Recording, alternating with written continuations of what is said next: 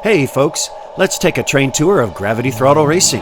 My name is Mark and I'm the voice of Richard Gere. On the right hand side is the pit area for the cars. Above is where Shavano Mountain Raceway begins. And in front you can see the mountains that my daughter painted. She's very good and I'm going to learn more and paint the rest along this aisle as we turn left. Now we come across a doorway and this actually can drop out so I can walk in and out of the room. And then you can choose to go uphill or downhill. So we're going uphill. Above us is the Great Sand Dunes track. However, in this area, it will be very picturesque, a mountainous scene as we make our way to the base or to the finish line of the Great Sand Dunes track. So we're coming around, and on the left, down below, will be a train yard and actually a whole city, or small city. We're going through a tunnel, and then we exit into the area just adjacent to the half pipe. You can see we're going through the jump now. Now, Billy's Toy Train Ride is a fun feature, and I want to showcase it a minute here.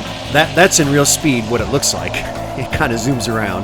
And off in the distance is Shavano Mountain Raceway. That's the mountain section, or the snow section. Now we circle back and we head back to the main track. But you'll see that the tunnel is a little too short, and so now you get a nice view of the underlayment. And you can see the downhill slope, and then to the right, the train yard, which is not yet finished. There will be buildings there, and it'll be a fun place to make it kind of a home base for all of the diecast builders. So their cars or their trucks get put on a flat car and they will be trained to either Shavano Mountain Raceway or to the Great Sand Dunes. Now up here on the left you'll see billboard signs of many of the diecast builders, and I'll tell you what, that strip of signs doesn't have a home yet. I'm going to have to find a home and actually find real estate within my diorama to showcase all the great builders that support my channel. All right, so now we've turned back onto the main lane, and for those of you familiar with my racing channel, we are now at the desert area of Shavano Mountain Raceway, and there's the airport on the left-hand side. You can see the mountains in the distance. To give you a little perspective, this straight is as long as the room is long, and that's about 24 feet, and the room is 13.5 feet wide. So it's actually pretty good for S-gauge. Now S-gauge is noticeably bigger than HO gauge, which is a very popular scale. All right, through the tunnel, and now we are directly underneath the drift section of Shavano Mountain Raceway.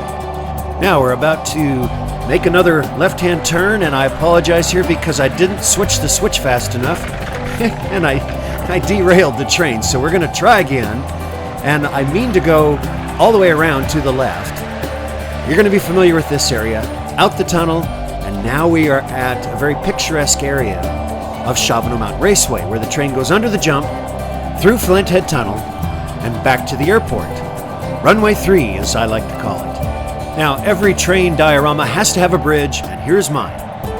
And that's me running ahead to switch the manual switch, because the train is going to loop back around, and this is the Shavano Mountain Raceway loop, the popular one that you see my 284 Berkshire locomotive towing some pretty cool looking train cars. I've got a really neat one that's well armored from Starcore Industries. Hot Nuts Diecast just sent me a cool one that they made. And then I have lots of other box cars that have the builders graffiti on it. Here we go to the right, through the tunnel, and right back where we started. Thanks for taking the time to be a part of my world where I bring together trains and planes and diecast racing. Are you tracking?